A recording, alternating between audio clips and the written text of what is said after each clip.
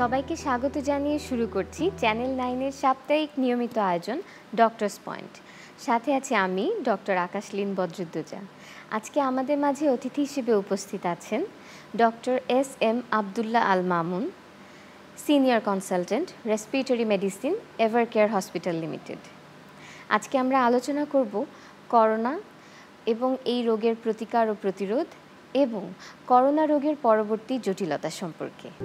কেমন আছেন স্যার? হ্যাঁ, ধন্যবাদ ডক্টর দিতি আপনাকে এবং আপনার মাধ্যমে চ্যানেল 9-এর অগণিত দর্শক শ্রোতাকে। আপনি যথার্থই বলেছেন যে এখন এই মুহূর্তে আমাদের করোনা সম্পর্কে চেয়ে করোনা পরবর্তী জটিলতাগুলো নিয়েই আলোচনা করাটা বেশি শ্রেয় হবে। আমরা সকলেই একটা প্যান্ডেমিক ক্রস করলাম, একটা দুঃসহ জীবন পার হয়ে আমরা একটা স্বাভাবিক জীবনে প্রায় ফিরে এসেছিলাম, যে আমরা আবার স্বাভাবিক অর্থনৈতিক কর্মকাণ্ড, স্বাভাবিক জীবন সব কিছু, এবং বিশেষ করে ট্রাভেলিং, আমরা যার 2 বছর প্রায় গৃহবন্দির মতো ছিলাম তারা কিন্তু এখন সারা পৃথিবীতে আবার ভ্রমণে ঝরে পড়েছে। এইগুলো যখন চলছে, এপ্রিল, মে, জুনে এসে আমরা পৌঁছাইলাম, তখন পর্যন্ত আমাদের এই ইনফেকশনের মাত্রা একবার নগণ্য ছিল। তারপরে হঠাৎ করে আবার এই গত সপ্তাহ থেকে এটা বাড়া শুরু হলো। যদিও এটার পেছনে আমাদের বিভিন্ন ধরনের কর্মকাণ্ড এবং সামাজিক অনুষ্ঠান, ট্রাভেলিং, এগুলো অবশ্যই জড়িত আছে। কাজে আমাদেরকে কিন্তু এখন আবারও সেই আগের সতর্কতা ফিরে যেতে হচ্ছে এবং আবার আমাদেরকে হসপিটালগুলো এবং সবগুলো আমাদেরকে পুনরায় প্রিপারেশান নিতে হচ্ছে আবার একটা হয়তোবা আমাদের এপিসোডকে ফেস করার জন্য। স্যার, করোনা কি আসলে চলে গেছে নাকি এটা আবার যে ফিরে আসছে, এই ব্যাপারে আমাদের এখন কি করণীয়? করোনা তো একটা ভাইরাস, SARS-CoV-2 ভাইরাস, এটা তো চলে যাওয়ার কিছু না, এটা আমাদের কমিউনিটিতে আছেই, কিন্তু আমাদের শরীর এদেরকে চিনে ফেলেছে। মানুষের সারা পৃথিবীতে যত মানুষের মধ্যে এটা ইনফেকশন হয়েছে, অনেকেই তো মৃত্যুর মুখে ঢলে পড়েছে, এবং যারা কোভিড থেকে পরবর্তীতে স্বাভাবিক জীবনে ফিরে এসেছে, এবং অনেকে আক্রান্ত হন নাই, বিশাল অংশ মানুষ আক্রান্ত হয় না, তার আবার নতুন করে আক্রান্ত হচ্ছে। তবে এই সুযোগে অতি অল্প সময়ের মাধ্যমে সারা পৃথিবীতে এই কোভিডের যে ভ্যাকসিনটা তৈরি হয়েছে, সেটা একটা আশীর্বাদ মানব সভ্যতার জন্য, এবং আমরা বাংলাদেশ এটার মধ্যে সবচেয়ে অগ্রগামী, যে আমরা অল্প সময়ের মধ্যে বিশাল জনসংখ্যাকে আমরা ভ্যাকসিনেটেড করতে পেরেছি। এই যে কোনো প্যান্ডেমিকের ক্ষেত্রে যেগুলো ভাইরাল ইনফেকশন আগে হয়েছে, যখন এই ভাইরাসটার সাথে আমাদের শরীরের কোনো পরিচিতি থাকে না, নিউ একটা ভাইরাস আসে, তখন শরীর তার কাছে ইল্ড হয়ে যায়, তার কাছে মাথা নত করে এবং আমাদের শরীরে অসুস্থ হয়ে পড়ে, মৃত্যুর কোলে ঢলে পড়ে। কিন্তু একটা নির্দিষ্ট সময় যখন আমরা শরীরকে এই ভাইরাসটার স্ট্রাকচার সম্পর্কে জানিয়ে দিই, যেটা একমাত্র ইমিউনাইজেশনের মাধ্যমে অর্থাৎ ভ্যাকসিনেশনের মাধ্যমে সম্ভব হয়েছে, ইনফেকশনের মাধ্যমে হয়, তারপরে শরীর কিন্তু এটার এগেনস্টে প্রতিরোধ ক্ষমতা গড়ে তোলে, এবং প্রতিরোধ ক্ষমতা গড়ে তোলার পরে ভাইরাস থাকলেও আমাদের কিছু করতে পারে না। সেই জন্য এখন মানুষ যে আমরা ইনফেক্টেড হচ্ছে না, ইনফেকশন এটা বলা যাবে না, ইনফেকশন কিন্তু হচ্ছে, কিন্তু তার কোনো সিমটম হচ্ছে না, অথবা হলেও এত অল্প সিমটম যে সে এটাকে তোয়াক্কা করছে না বা টেস্ট করতেও যাচ্ছে না। যারা একটু সিমটম হচ্ছে, সাধারণত ডাক্তারের কাছে যে সর্দি কাশির যেমন আগের যে চিকিৎসাগুলো ওইভাবে ভালো হয়ে যাচ্ছে, এবং মৃত্যুর হার একেবারেই কম। করোনার ব্যাপারটা যেটা, যে যাদের অন্য কোনো অসুখ নেই বা অন্য কোনো কমপ্লিকেশন নেই, তাদের জন্য করোনা একরকম হবে, আবার যাদের ধরেন অ্যাজমা বা রেসপিরেটরি ডিজিজ আছে অলরেডি, অথবা ডায়াবেটিস আছে, তাদের ক্ষেত্রেও করোনা কি ডিফারেন্টভাবে হবে? স্বাভাবিকভাবে এই প্রশ্নটা আপনি খুব সুন্দর একটা প্রশ্ন উত্থাপন করেছেন, যে মানুষগুলোর অ্যাজমা, সিওপিডি, ডায়াবেটিস বা অন্যান্য ডেবিলিয়েটিং ডিজিজগুলো আছে, তাদের যদি আমরা স্বাভাবিকভাবে চিন্তা করি, তাদের ইমিউনিটি বা রোগ প্রতিরোধ ক্ষমতা কিন্তু অনেকাংশেই যাদের এগুলো নাই তাদের থেকে কম। যে মানুষগুলোর শরীরের স্বাভাবিক রোগ প্রতিরোধ ক্ষমতা আছে, বয়স কম, তাদের ক্ষেত্রে কোভিড ভাইরাস যে আগে হয়েছে, যেগুলো SARS-CoV-2 ভাইরাস ডেল্টা ভ্যারিয়েন্ট, সেক্ষেত্রেও তাদের খুব বেশি সিভিয়ারিটি হয় নাই, সেটা আমরা পর্যবেক্ষণ করেছি।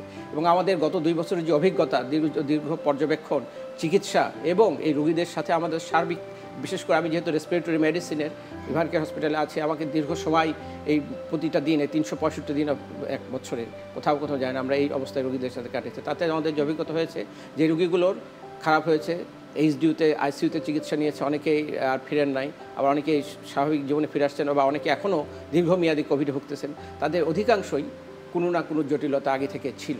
তার মধ্যে বিশেষ করে সিওপিডির পেশেন্টদের অনেক বেশি জটিলতা হয়েছে, যাদের হার্ট ডিজিজ আছে, বিশেষ ক্রনিক হার্ট ডিজিজ, তাদের জটিলতা অনেক বেশি হয়েছে, কিডনি ডিজিজ আছে, এবং যাদের ডায়াবেটিস আছে, এই সমস্ত মানুষগুলোর জটিলতা অনেক বেশি হয়েছে। এবং তাদের ক্ষেত্রে আমরা ভ্যাকসিন তো অনেকে তখন দেওয়াই হয় নাই, অন্যান্য যে স্বাভাবিক স্ট্যান্ডার্ড ট্রিটমেন্ট আমরা তাদের ক্ষেত্রে প্রয়োগ করেছি। পাশাপাশি যাদের এইগুলো জটিলতা নেই, তাদের ক্ষেত্রে একই স্ট্যান্ডার্ড ট্রিটমেন্ট দেওয়ার পরে এই দুটার কম্পেয়ার করে যদি আমরা দেখি, অবশ্যই এই ধরনের মানুষগুলোর মধ্যে মৃত্যু ঝুঁকি অনেক বেশি ছিল এবং অনেকেই এটাতে মানে মৃত্যুর কোলে ঢলে পড়েছে। এবং যে মানুষগুলোর এগুলো ছিল না স্বাভাবিকভাবেই, তবে অন্য অসুখ যেমন যাদের আরও বিভিন্ন ধরনের মেডিকেল কন্ডিশন আছে সেগুলোতে অতটা ইল্ড হয় না। বিশেষ করে আমি যে অসুখগুলোর কথা বললাম এগুলোতেই বেশি মানুষ ঝুঁকিতে রয়েছে। কাজে আমরা যে সমস্ত মানুষের asthma, COPD, heart disease, diabetes আছে তাদের ক্ষেত্রে প্রতিরোধ এবং বেশি সতর্কতা প্রয়োজন যেন তারা কোভিড আক্রান্ত না হয়। ধন্যবাদ স্যার। আমরা খুবই সুন্দরভাবে আলোচনা করছিলাম। এই আলোচনার মধ্যে আবার ফিরে আসব। স্যার, আমরা আলোচনার খুব সুন্দর একটা মুহূর্তে ছিলাম। আমি যেটা আপনার কাছে জানতে চাইবো যে করোনা পরবর্তী জটিলতা অথবা পোস্ট কোভিড কমপ্লিকেশনের ব্যাপারে যদি একটু বলেন। ধন্যবাদ। এটা খুবই একটা সময় উপযোগী প্রশ্ন।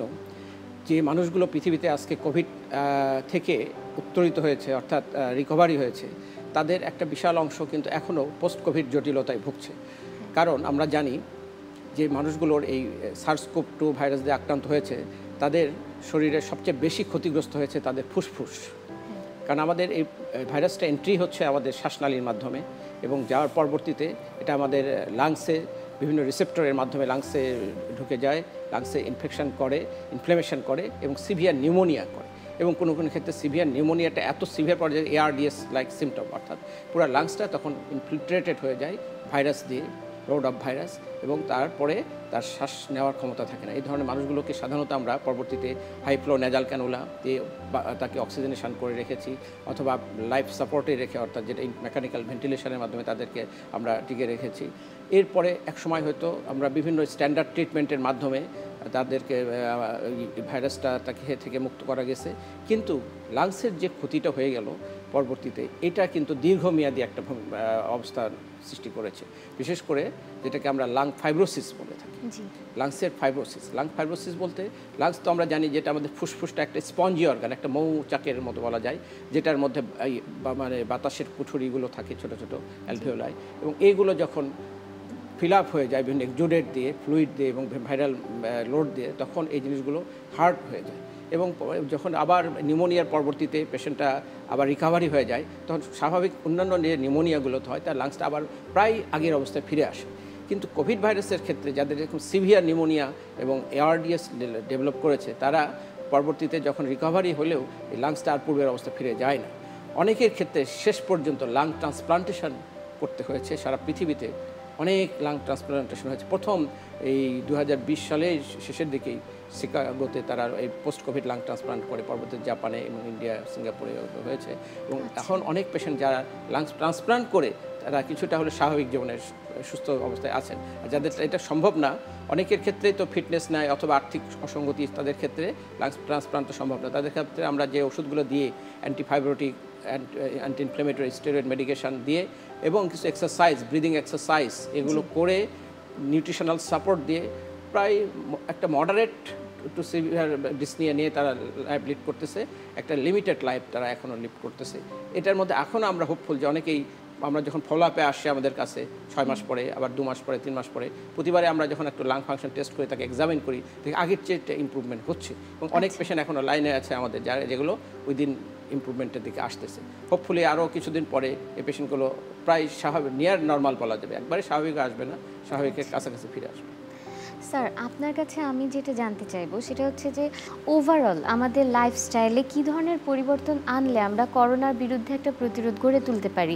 লাইফস্টাইল বলতে কিন্তু আমি বুঝাচ্ছি যে আমাদেরকে একটু ফুড হ্যাবিটটা কীরকম হতে হবে, আমাদের লাইফস্টাইলে যে এক্সারসাইজের ভূমিকা কতটুকু, আমরা কিভাবে নিজেদের আরেকটু সতর্ক তো থাকতেই পারবো, ওভারঅল আমাদের লাইফস্টাইলটা কিভাবে চেঞ্জ করলে আমরা আরও ভালো থাকতে পারবো, সুস্থ থাকতে পারবো, এই ব্যাপারে একটু আলোকপাত যদি। ধন্যবাদ। 1 নম্বরে যদি আমরা 90% যদি যেটাকে গুরুত্ব দেব, সেটা হচ্ছে আবার মাস্ক পরা। সঠিকভাবে আমরা যদি মাস্ক পরি, কিন্তু আমরা যা দেখেছি প্রথম যখন আমাদের কোভিড এসেছিল 2020 সালে, তখন আমরা এত বেশি আমরা সন্তুষ্ট ছিলাম যে আমরা কিভাবে এটা থেকে পরিত্রাণ পাবো, সেখানে ঘরেই বসে থাকতাম, সারা শরীরকে আবৃত করে আমরা ড্রেস আপ করে বাইরে বেরোতাম, এইগুলো বিভিন্ন কিছু ছিল। কিন্তু ফাইনালি দেখা গেল যে এই ভাইরাসটা যতই আমরা ভয়াবহ চিন্তা করি, তারও তো একটা নির্দিষ্ট নিয়মকানুন মেনে চলে।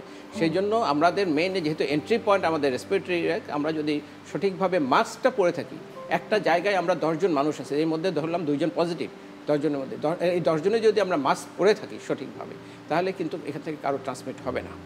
এবং একই ঘরে অবস্থান করে, একই বিছানায় অবস্থান করে একজন থেকে আরেকজন হয় না, এমন প্রমাণ আছে। মাস্ক সার্বিক সময় মাস্ক পরেছিল। কাজে এই সবচেয়ে বেশি গুরুত্ব দিতে হবে সঠিক নিয়মে এবং সঠিক পন্থায় মাস্ক ব্যবহার করা। একই মাস্ক, আমরা ডিসপোজেবল মাস্কগুলো সবচেয়ে ভালো, বারবার ইউজ না করা, এবং আমরা যতটুকু পারি যেটা সোশ্যাল প্রোগ্রামগুলোকে অ্যাভয়েড করতে হবে।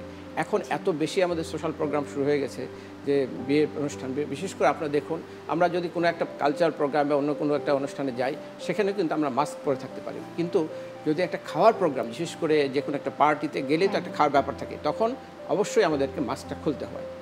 এমনকি একটা বাসায় যখন আমরা বসে খাওয়া দাওয়া করি, একটা 6 জন একটা টেবিলে, ডাইনিং টেবিলে বসি, সবাইকে ডিমাস্ক হতে হয়। এবং ওই মধ্যে যদি জানি না আগামীকালকে পজিটিভ আসবে একজনের, সে আজকে সবার সাথে বসে খাচ্ছে, তাহলে সবাই এখান থেকে কিন্তু পজিটিভ হয়ে যাওয়ার চান্স থাকে। কাজেই যাদের একটু সিমটম হচ্ছে তাদেরকে স্বাভাবিকভাবে মাস্ক পরে থাকতে হবে, এটা হচ্ছে কথা। এবং তাকে যতক্ষণ পর্যন্ত না সে রিপোর্টেড হবে, ততক্ষণ পর্যন্ত সবার থেকে তাকে একটু ডিস্টেন্স মেনটেন করে থাকতে হবে। আর হ্যান্ড ওয়াশিং তো অবশ্যই প্রয়োজন। এটা এই যে 3টা আমাদের যে আমরা টিকিট দিয়েছিলাম, এই 3টাই যদি আমরা সঠিকভাবে মেনটেন করি, আর বেশি কিছু লাগে না। আমি যে জিনিসটা জানতে চাচ্ছি সেটা হচ্ছে যে এখন আবার যে করোনা ফিরে আসছে, আমরা কি ওই যে আগে যেরকম একটু শরীর খারাপ হচ্ছে তারপরে আমরা রেগুলার চেক করতাম পালস অক্সিমিটার দিয়ে যে আমাদের অক্সিজেন স্যাচুরেশনটা কেমন চলছে, এটা কি এখন আবারও আমাদেরকে রেগুলার প্র্যাকটিসে নিয়ে আসতে হবে? যে একটু শরীর খারাপ হচ্ছে, তখন আমি অ্যাকচুয়ালি কিভাবে বুঝবো যে এটা সাধারণ জ্বর, সর্দি, কাশি ছাড়া আমাকে এখন অ্যাকচুয়ালি হসপিটালে যেতে হবে বা ডক্টরের শরণাপন্ন হওয়ার সময় হয়েছে? ধন্যবাদ। যদি এক কথা উত্তর দিই যে পালস অক্সিমিটার দিয়ে রেগুলার চেক করতে, উত্তর হবে না, সোজা কথা, কোনো প্রয়োজন নাই। হ্যাঁ, কিন্তু আমরা জানি যে আমাদের ঘরে কিন্তু আগে থেকে একটা ব্লাড প্রেশার মেশিন বা ব্লাড সুগার মেশিন প্রায় সবার ঘরে থাকতো। আর এই 2020 সালের পর থেকে আরেকটা যুক্ত হলো, সেটা হচ্ছে পালস অক্সিমিটার।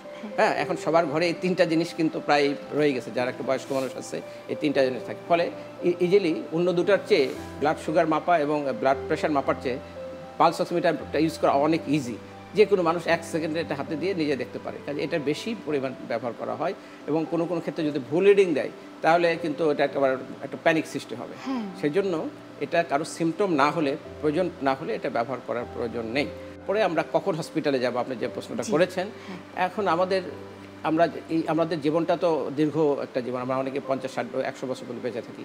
সবার জীবনে একটা অভিজ্ঞতা হয়ে যায়, হ্যাঁ, যে আমরা কখন আমরা অসুখটা কেমন হচ্ছে বা কী ধরলে আমরা কী করবো, সেটা একটা যত মানুষ বয়স হয় সেটা জেনে যায়। তেমনি এখন আমাদের যারা এই কোভিডের আগের কথা যদি চিন্তা করি, সেক্ষেত্রে আমরা যেমন চলতাম যে আমরা কোন পর্যায়ে হসপিটালে যাওয়ার জন্য, সেটাও আমরা অ্যাপ্লাই করবো। দ্বিতীয় হচ্ছে কোভিডের সময় আমরা দেখেছি যে কী সিমটমগুলো হয়, তার মধ্যে রেসপিরেটরি সিমটমগুলো কিন্তু সবচেয়ে বেশি। হাঁচি, কাশি, নাক বন্ধ থাকতেছে, গন্ধ পাওয়া যাচ্ছে না, তারপরে জ্বরটা তো একটা ইম্পর্টেন্ট। আমি 1 নম্বরে যদি রাখি তাহলে জ্বরটাকেই রাখবো। হ্যাঁ, অন্য হাঁচি, সর্দি, কাশি হচ্ছে, তার সাথে যদি জ্বর থাকে এবং টেম্পারেচারটা যে অনেক বেশি হতে হয় তা না, হ্যাঁ, 190, 91 বা 99 অথবা 100 বা 101 এরকম জ্বর হলে যথেষ্ট। এবং এই অবস্থায় যদি হয় তো ওনারা ডক্টরের যোগাযোগ করতে পারেন। এখন কিন্তু একটা জিনিস তৈরি হয়ে গেছে গত 2 বছর, টেলিমেডিসিন। হ্যাঁ, একটা পেশেন্ট যার সাসপেক্টেড কোভিড হয়েছে, তাকে কিন্তু আমরা বাসা থেকে বেরিয়ে চেম্বারে আসা কখনোই আমরা এনকারেজ করি না। এবং সে একজন ডক্টরের সাথে, যার একান্ত নিজের আত্মীয় স্বজন বা পরিচিত আছে, তারা কিন্তু সব ওভার টেলিফোনে আমরা এখন তার সার্ভিস দিয়ে থাকি, আমরা ওরিয়েন্টেড হয়ে গেছি। এবং যাদের নাই তারা টেলিমেডিসিনের মাধ্যমে বিভিন্ন হাসপাতালগুলোতে এটা যোগাযোগ করে তারা কিন্তু চিকিৎসা নিতে পারে। হ্যাঁ, এবং বাসা থেকেই কিন্তু কোভিড টেস্টটা করা সম্ভব। এখন এটাও কিন্তু সেট আপ হয়ে গেছে। কাজে তারা কল করে বাসা থেকে কোভিড টেস্ট করলো, যদি কোভিড পজিটিভ হয় তাকে কনফাইন হয়ে যাওয়া, তার এটা একটা নৈতিক দায়িত্ব এবং সিটিজেন রেসপন্সিবিলিটি, যেন এটা অন্যের মধ্যে না ছড়ায়। সেজন্য সবার প্রতি আমাদের যেটা আহ্বান, সেটা হচ্ছে আপনি নিজে যখনই বোধ করছেন যে আপনি একটু সিমটম, যেটা আপনি নিজেই বুঝতে পারবেন যে হয়তো আমার কোভিড হচ্ছে বা মনে হচ্ছে, তখন আপনি টেস্ট করানোর ব্যবস্থা করুন, আবার টেস্ট। এবং টেস্টটা আপনি যথাসম্ভব বাসায় আপনি স্যাম্পল কালেকশন করে করার চেষ্টা করুন। সে ব্যবস্থা না থাকলে সম্পূর্ণ মাস্ক পরে এবং সেইভাবে অন্য কেউ যেন আপনার থেকে ইনফেক্টেড হওয়ার সুযোগ না থাকে, সেভাবে যেয়ে আপনি আপনার পরীক্ষা করে নিয়ে আসুন। আর যে চিকিৎসাগুলো প্রয়োজন, সেটা খুব বেশি চিকিৎসা লাগছে না। যাদের আগে আমরা বলেছি, যাদের কোমরবিডিটি, যাদের ডায়াবেটিস, সিওপিডি, হার্ট ডিজিজ এরকম নাই, তারা কিন্তু স্বাভাবিকভাবে বাসা থেকেই ওষুধপত্র সেবন করে থাকতে পারে। কিন্তু যাদের ক্ষেত্রে এই অসুখগুলো আছে, তারা কিন্তু এই আপনি পালস অক্সিমিটার ব্যবহারটা করতে পারেন। যাদের বিশেষ করে এল্ডারলি পারসন, যাদের আগে থেকে শ্বাসকষ্ট, কাশির সমস্যা আছে এবং যাদের হার্ট ডিজিজ আছে, কিডনি ডিজিজ আছে, তারা একটু অক্সিজেনের পালস অক্সিমিটার ব্যবহারটা করবেন।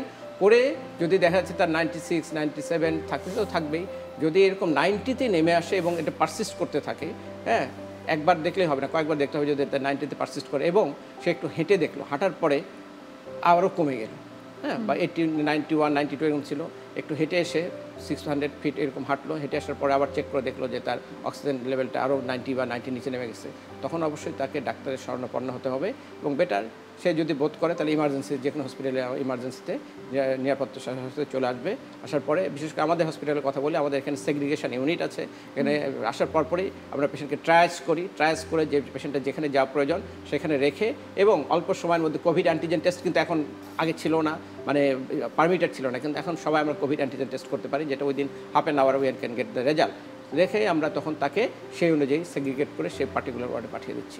কাজে এইভাবে কিন্তু আমরা এখন একটা সুন্দর সিস্টেম ডেভেলপ করে গেছি এবং সেটা মানুষের কাজেও লাগছে। স্যার, আমরা আপনার কাছ থেকে অনেক কিছু জানলাম, কিন্তু আজ আমাদের অনুষ্ঠান এখানেই শেষ করতে হচ্ছে। ধন্যবাদ। দর্শক, আজ এ পর্যন্তই। আগামী পর্ব দেখার আমন্ত্রণ রইল। সবাই সুস্থ থাকুন, করোনা থেকে সাবধানে থাকুন।